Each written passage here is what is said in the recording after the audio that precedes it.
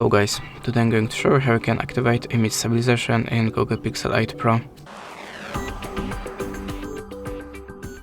So in the first step, open the camera app, enable the video section, and now when I'm checking the phone without the video stabilization, as you can see, the image is very shaky. So if you want to get more smooth on your videos, tap on the settings icon and look for the video stabilization. If you cannot enable it here, go to the more settings, swipe down and enable it in this place. Now just go back, and as you can see, now we have a standard video stabilization, but we can also set it to the active. And now when I'm checking the phone, as you can see, the image is very smooth and stable. And that's it. This is how it works. Thanks for the watching, leave us a like or a comment, and goodbye.